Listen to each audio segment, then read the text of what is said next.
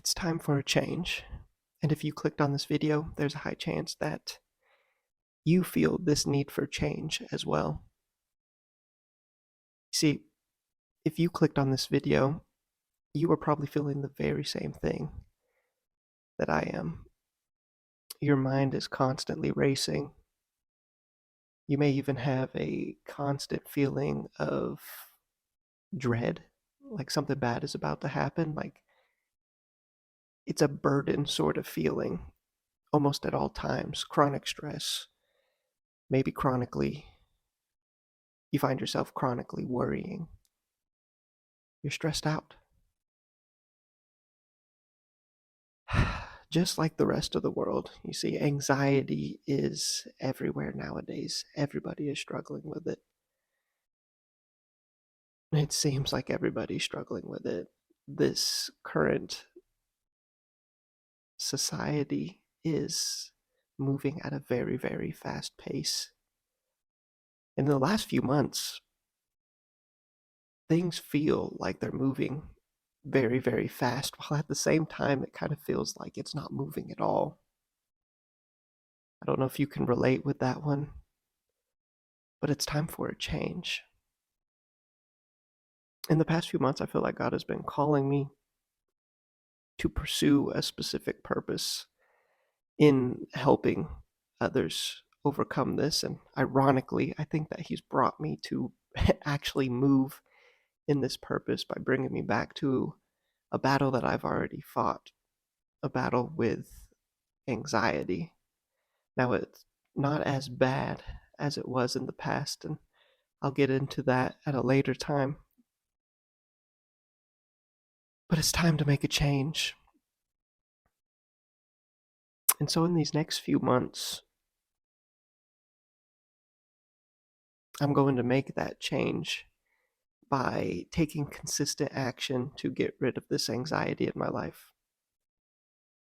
And I want to help you with that as well, because there was a time in my life when I had crippling anxiety that was a disorder. I could not sit in class for longer than 15 minutes without becoming overwhelmed. I had the panic attacks, the tingling hands, the feeling like I needed to go to the emergency room immediately,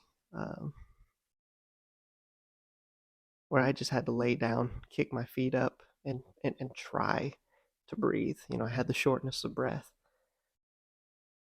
panic attacks. But because of the goodness of God, I've been brought out of that. And because of the goodness of God and following Him over the years since then, He has shown me how to get out of that. I want to welcome you along on this journey. So, how does one overcome anxiety? I believe that there are three battlegrounds when it comes to overcoming anxiety: a spiritual battleground, a mental battleground, and a physical battleground. And in these next few weeks, we're going to step onto each of those confidently. And before I even go any further, I just want to say that you have taken a big step in overcoming your anxiety simply by clicking on this video. I'm not just saying that because it's my set of videos. I'm saying that because you clicking on this video is speaking to your body and your mind that there is a way out. Because the rest of the world, they're not doing anything about it. But you're different. You're doing something about it. You're telling your mind right now, there is a way out. You're not content with sitting in it anymore. And the thing is, okay, we'll see how the audio is. 1 second. All right, so we're doing this now. I was just mentioning those battlegrounds that we're going to have to step onto. I was just getting to the solution. The thing that I truly believe is going to help you out in this. And sure enough, as you probably saw, if I leave it in the video, it was kind of embarrassing, was that just when I was about to get to the solutions, my phone fell off the tripod that it was on. So I want to remind you as we get this started, because, oh man, we have an enemy. You have an enemy right now, and his name is the devil.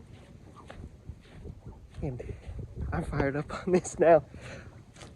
He is going to do, if you commit to this program, I do want to let you know right off the bat, he's going to do whatever he can to pull you off of your purpose, which is to seek God with everything that you've got.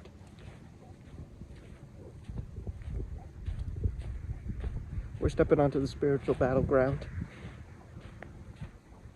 There's an enemy, and he wants nothing more than to keep you in your anxiety. So the question I have for you before I go into these spiritual battlegrounds and solution is, are you going to let that stop you? Are you going to continue living your life the same way? Or are you going to do what I'm going to do? I'm certainly going to do it now. Stopping and getting to the gym here.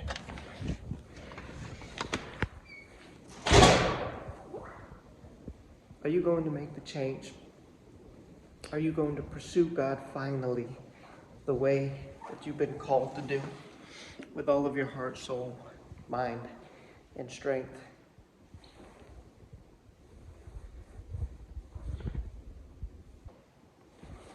In regards to the spiritual battleground, you've got to lay a foundation, and that's the gospel.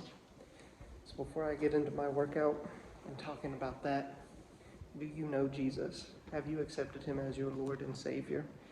This is going to be the foundation that is going to change your life and what we are going to base everything else off of. This is the solution, and coming to a deeper understanding of that and what happened in that moment when Jesus Christ died on the cross is going to be the thing that is going to change your life.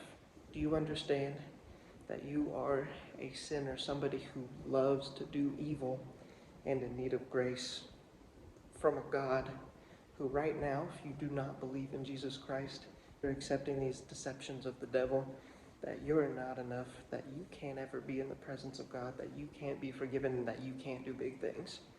That's where he wants to keep you. But Jesus Christ died so you can be reconciled with God. He endured suffering and rejection for your sake. He was spat upon for your sake, and he died a death that you deserved.